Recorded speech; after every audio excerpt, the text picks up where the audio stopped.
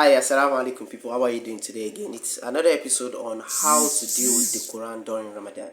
So we'll continue to read from our book titled The Quran during Ramadan, and I will be continuing to discuss about the issue 6 that we should look forward to during the period of Ramadan. So it states that many people ask how they can be moved by the Quran and why they don't find themselves focused during their prayers and when they are listening to the speech of our Lord.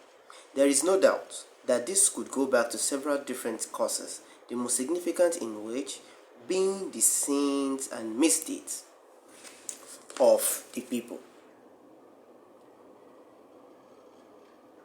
Different causes, different situation arises, that the most significant of which being the sin and misdeeds which we carry on our backs. But even with that being the case, it is still possible to be moved by the Quran, even if it is not easy. So, how can that occur? In short, distancing oneself from sins, rectifying one's heart, and finding the sweetness of acts of obedience is the way to find oneself moved by the Quran. Going further, the more one rectifies himself, the more pronounced the impact of the Quran will be on him. There are a number of factors which can help one to feel moved by the Quran while reciting it.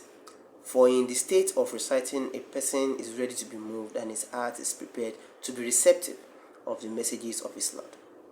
If a person comes early to the prayer, prays as many voluntary prayers beforehand as Allah subhanahu wa ta'ala permits him, he then engages in remembrance of Allah subhanahu wa ta'ala and reciting his book and listening to the tarawih, listening to the prayers and the recitations that he does during this period, then his heart will be moved in so much an attentive way, such that he will be able to enjoy the ibadah and the worship that he or she is engaging in. And to the speech of Allah subhanahu wa ta'ala, someone who else arrived late to the prayer and rushed into the prayer would definitely not be so peaceful when praying. So this would lead to possibly losing khushu, which is a form of consistency and putting your heart and body in sync while you are praying to Allah subhanahu wa ta'ala. So I would admonish every one of us to ensure that when we are reciting the Quran, we should try and put in our best mood, put in our best effort, ensure that you do it according to as much as you can to be able to achieve the best with Allah subhanahu wa ta'ala. If a person reads the explanation of the ayat that the Imam is going to recite and was attentive to their meanings, then he is much more likely to be moved by the Quran than the person who is not understanding the essence and the meaning of the ayat. If you have a fully understanding about a concept, you have a better chance of being moved, being touched, and being affected positively by this situation.